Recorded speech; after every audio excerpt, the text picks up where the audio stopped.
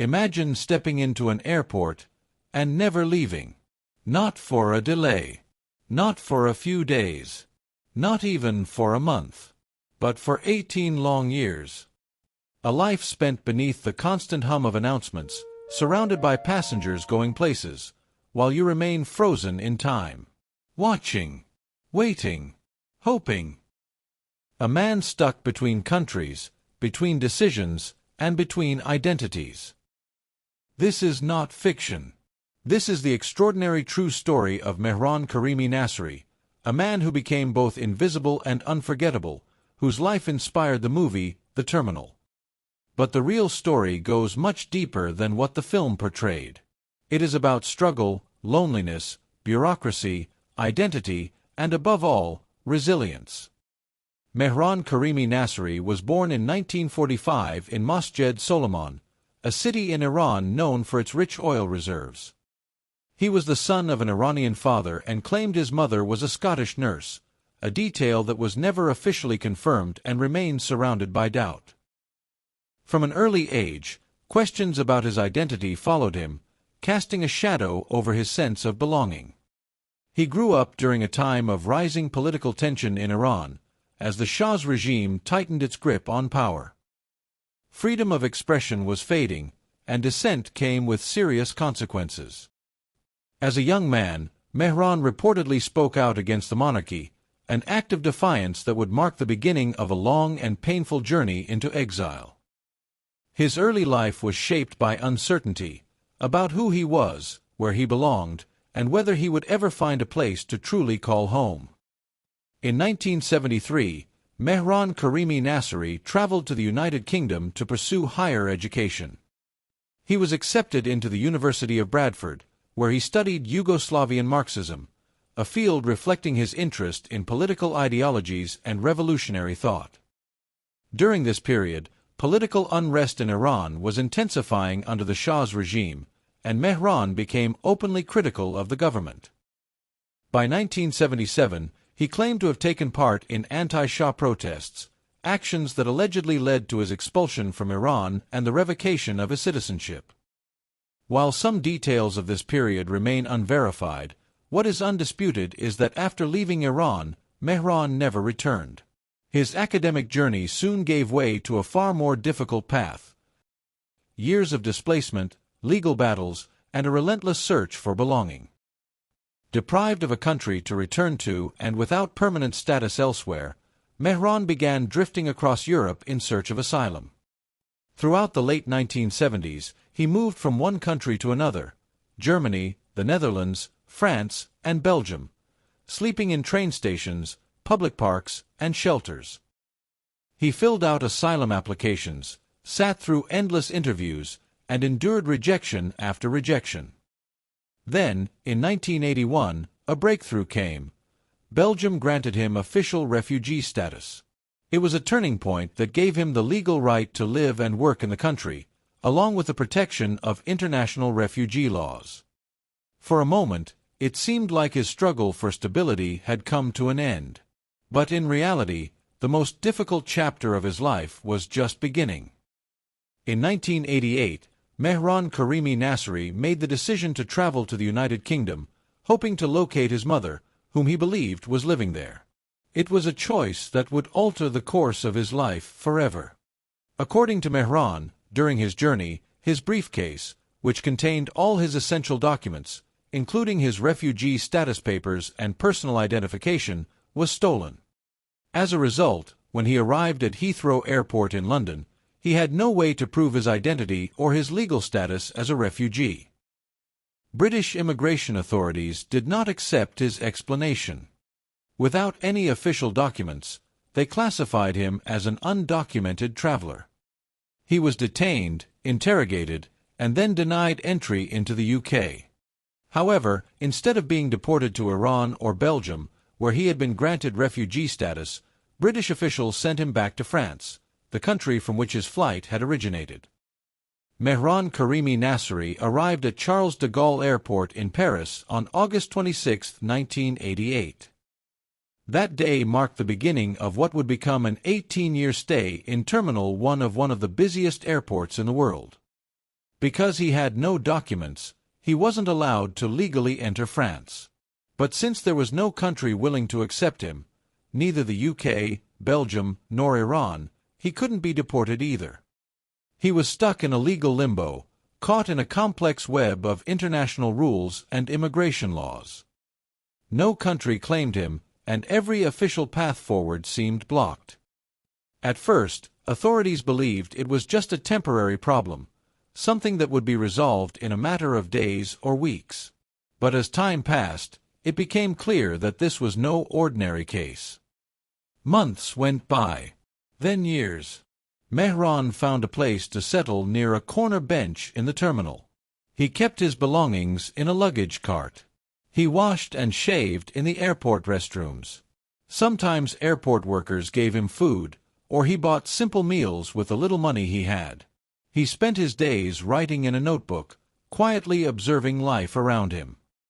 Over time, he became a familiar face to airport staff. Security guards allowed him to stay. Cleaners and employees would chat with him, sometimes offering small items like soap, snacks, or clothes. Passengers from around the world saw him sitting there, and many took photos or asked about his story. Eventually, journalists took notice. His unusual situation made headlines. Mehran became a kind of symbol, a man without a country, living in a place where no one was meant to stay, trapped between borders and forgotten by the system. Over the years, several efforts were made to help Mehran Karimi Nasseri resolve his legal situation. A French human rights lawyer named Christian Bourget took on his case and worked hard to find a solution. Eventually, there was a major breakthrough. Belgian authorities agreed to reissue his refugee papers. But there was a problem: he had to collect them in person. And without any valid travel documents, Mehran had no legal way to leave the airport or travel to Belgium. France also offered Mehran residency, but the documents they gave him still listed his nationality as Iranian and used his original name, Mehran Karimi Nasseri. By this time, Mehran had created a new identity for himself. He called himself Sir Alfred Mehran and said he was British. Because the French papers didn't reflect this new identity, he refused to accept them. Many people were puzzled by his refusal to accept help. Some thought he was mentally unwell. Others believed that after so many years in the airport, he had become afraid of the outside world. It's also possible that he had convinced himself so deeply of his new identity that anything else felt false or unacceptable. As the years went on, Mehran became part of the airport's daily life. He woke up early, washed in the public restrooms, and returned to his bench. He spent hours writing in his notebook and listening to a small radio. Around him, thousands of people came and went every day, traveling across the world, while he stayed in the same place. Time moved on, but Mehran remained still, stuck in a place where no one was meant to live. In 2003, Mehran's unusual story caught the attention of Hollywood. Director Steven Spielberg made a movie called The Terminal, starring Tom Hanks, which was loosely inspired by Mehran's life. The film added humor and romance, but the real story was much more difficult. Reportedly, Spielberg paid Mehran $250,000 for the rights to his story. For a short time, Mehran became famous around the world. He gave interviews, talked to the media, and even published his autobiography called The Terminal Man.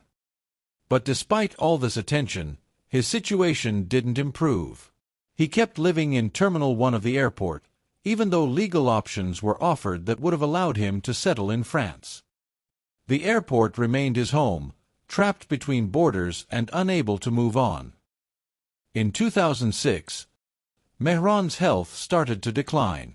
He was hospitalized with an illness, and after living in the airport for 18 years, his time there finally came to an end. After leaving the airport, he stayed in shelters around Paris, cared for by charities and the Red Cross. The man who had been a daily sight for travelers disappeared from public view. For more than 10 years, very little was heard about him. Then, in September 2022, something unexpected happened. Mehran returned to Charles de Gaulle Airport. Some believe he wanted to spend his final days where he had lived for so long.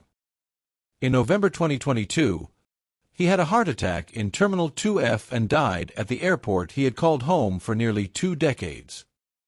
There is no plaque or statue at Charles de Gaulle to honor him. No official recognition. But his story lives on. Mehran became more than just a man stuck in an airport. He became a symbol of human endurance and the failures of bureaucracy. His life raises a deep and painful question. What truly makes a person belong? Mehran Karimi Nasseri never committed a crime. He never hurt anyone. All he wanted was a safe place, a place that felt like home.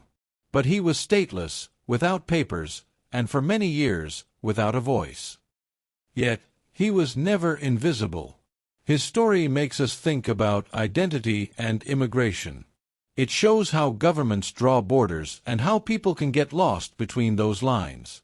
His life became more than just a person's journey. It became a case file, a waiting game in a system that didn't know how to handle him.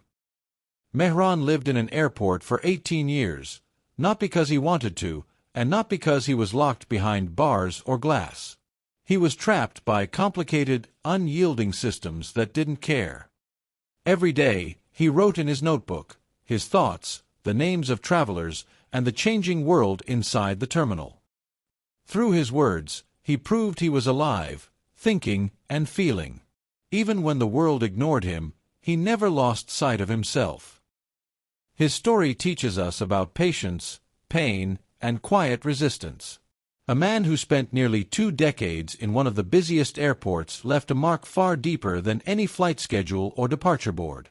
Though he's gone, his story leaves us with a powerful question. What makes someone a citizen of the world if no country claims them? And how many others are still waiting, hidden in silence, just hoping to be seen? This is the story of Mehran Karimi Nasseri, a man without a country, a man who made a bench his home, and a man whose life reminds us all of the strength it takes to keep going in a world that often forgets to care.